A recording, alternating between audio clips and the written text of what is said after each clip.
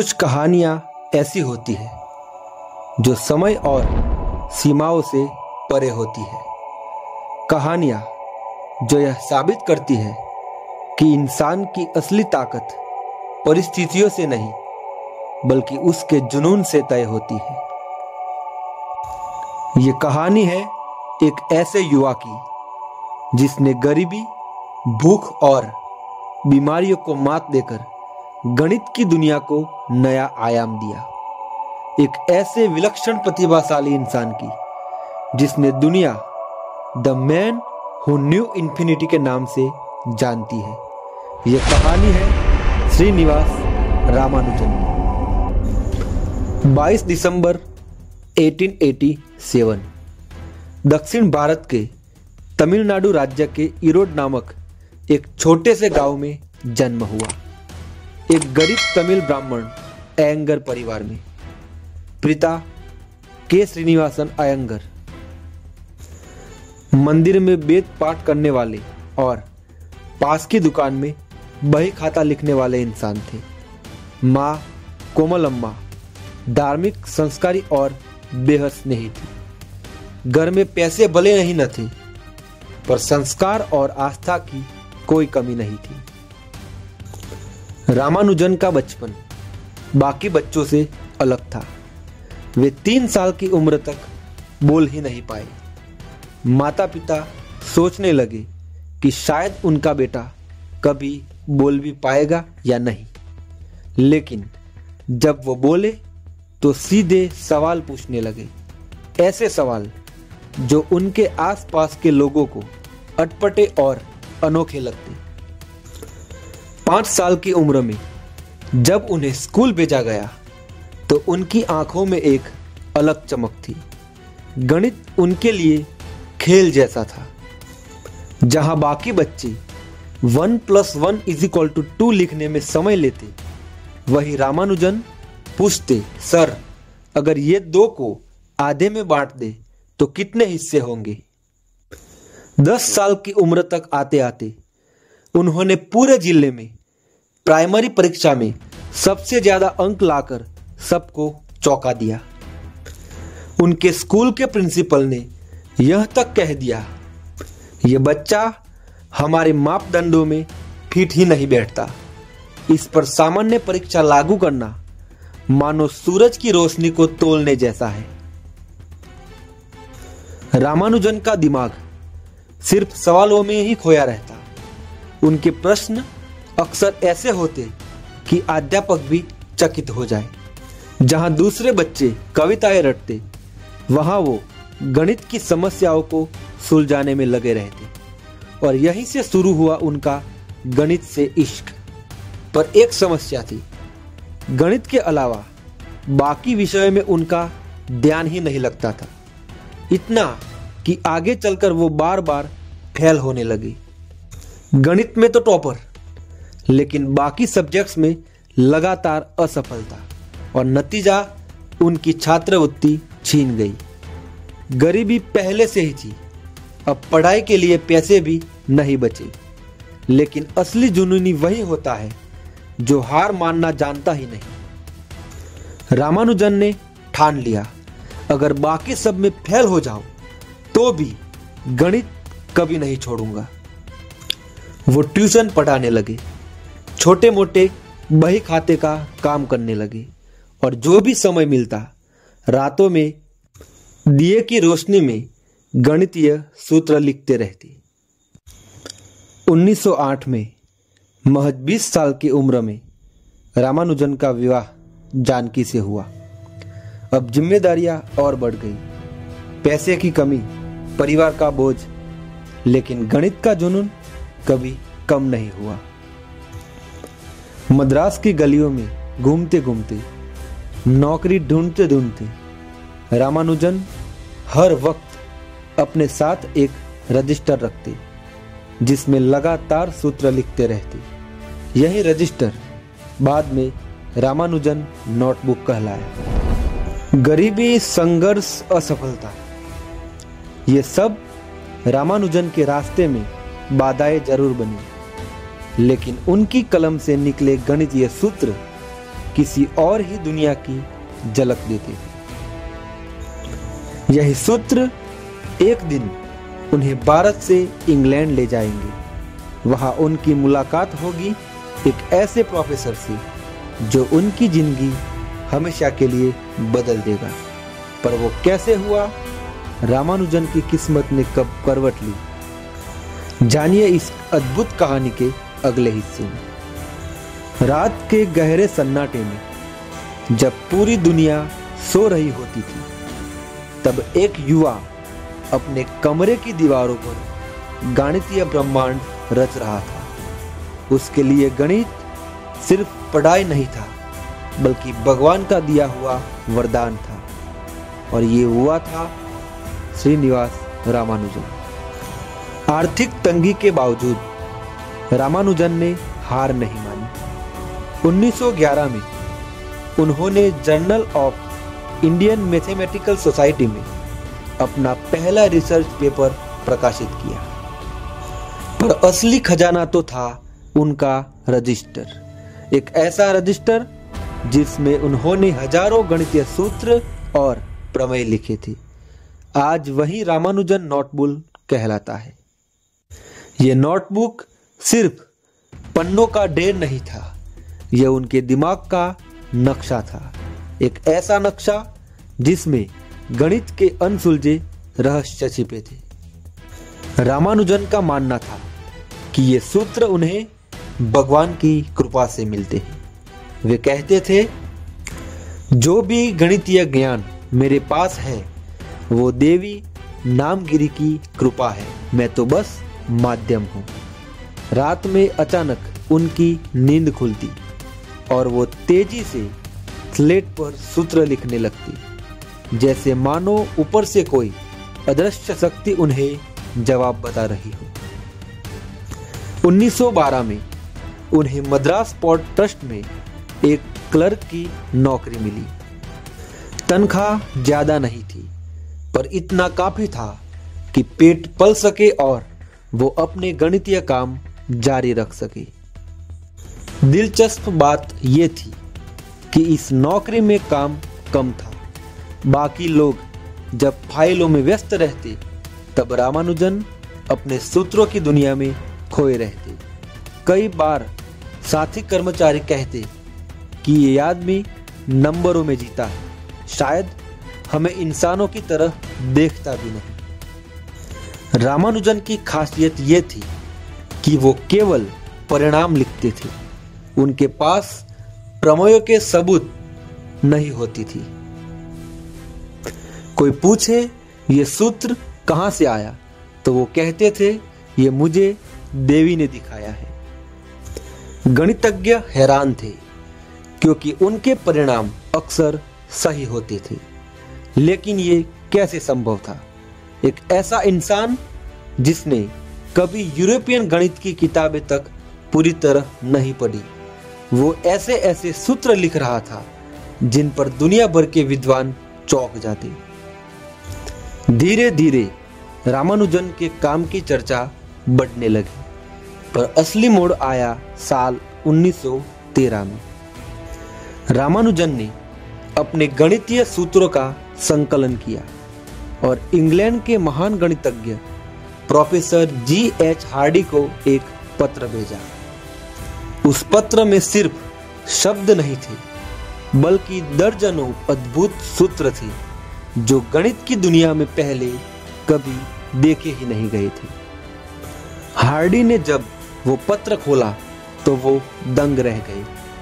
पहले तो उन्हें लगा शायद कोई पागल व्यक्ति है जो बेहुदा समीकरण भेज रहा है, लेकिन जब उन्होंने गौर से देखा तो पाया कि ये सूत्र वाकई में गहरे और सटीक थे। हार्डी ने कहा, ऐसा लगता है जैसे किसी ने गणित के मंदिर के दरवाजे खोल दिए हो। हार्डी और उनके सहयोगी लिटिलवुड ने तुरंत मान लिया कि यह कोई साधारण इंसान नहीं है, यह तो एक विलक्षण प्रतिभा है जिसे दुनिया के सामने आना चाहिए। उन्होंने रामानुजन को इंग्लैंड बुलाया, लेकिन समस्या यह थी कि रामानुजन एक धार्मिक ब्राह्मण परिवार से थे और समुद्र पार करना उनके लिए परंपरा के खिलाफ था। लंबी चर्चाओं और मनाने के बाद अंततः 1914 में रामानुजन ने इंग्लैंड जाने का फैसला किया और यहीं से शुरू हुआ उनका नया सफर। एक ऐसा सफर जहां गणित की दुनिया उनके सामने झुकने वाली थी। भारत की मिट्टी से निकलकर अब रामानुजन दुनिया की सबसे बड़ी गणितीय प्रयोगशाला कैम्ब्रिज की ओर बढ़ रहे थे। लेकिन क्या इंग्लैंड जाकर सब आसान हुआ या फिर ठंडी हवाओं और कठोर वास्तविकताओं ने उनकी जिंदगी को और मुश्किल बना दिया? जानिए इस प्रेरणादायक कहानी का अगला अध्याय। साल 1914, भारत से हजारों मील दूर इंग्लैंड की धरती पर कदम रखता है एक ऐसा नौजवान जिसने सिर्फ अपनी कॉपी और कलम के सहारे गणित के मंदिर के दरवाजे खोल दिए थे, और ये थे श्रीनिवास रामानुजन। इंग्लैंड पहुंचते ही उनका स्वागत किसी उत्सव की तरह नहीं हुआ। उनके सामने था ठंडी हवाओं वाला अजनबी देश, अलग संस्कृति, अलग भाषा और कठोर मौसम। तमिलनाडु की गर्म धूप में पले बड़े रामानुजन को इंग्लैंड का मौसम बेहद परेशान करने लगा। लेकिन इन सब के बीच उनके सामने सबसे बड़ा सहारा बने professor G.H. Hardy. Cambridge university, यहाँ हार्डी और लिटिलवुड जैसे महान गणितज्ञ पहले से मौजूद थे। जब हार्डी ने पहली बार रामानुजन से मुलाकात की तो उन्होंने महसूस किया कि ये लड़का किसी और ही दुनिया से आया है। रामानुजन बिना प्रूफ दिखाए सीधे परिणाम बता देते और हार्डी, दुनिया के सबसे बड़े तर्कशास्त्री, उन परिणामों को साबित करने में जुट जाते। ये जोड़ी एकदम विपरीत थी। हार्डी तर्क, नियम और अनुशासन, और रामानुजन सहज ज्ञान, आस्था और अंतर्ज्ञान। पर जब ये दोनों साथ आए तो गणित ने नए आयाम पा लिए। कैम्ब्रिज में 5 साल के भीतर रामानुजन ने वो कर दिखाया जो आम इंसान कई जन्मों में भी नहीं कर पाता। उन्होंने पाई की गणना के लिए अद्भुत सूत्र दिए, number theory, infinite series, partition functions, हर जगह उन्होंने नया रास्ता दिखाया। यहां तक कि उन्होंने लगभग 3884 प्रमेय लिखे, जिनमें से ज्यादातर आज भी सही साबित हो चुके हैं।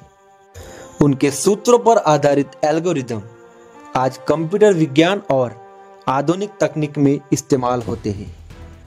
एक दिन की बात है जब हार्डी रामानुजन से मिलने अस्पताल पहुंचे।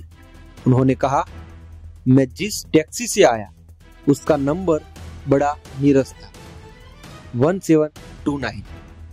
रामानुजन हल्की मुस्कान के साथ बोले, नहीं सर, 1729 बिल्कुल भी नीरस नहीं है।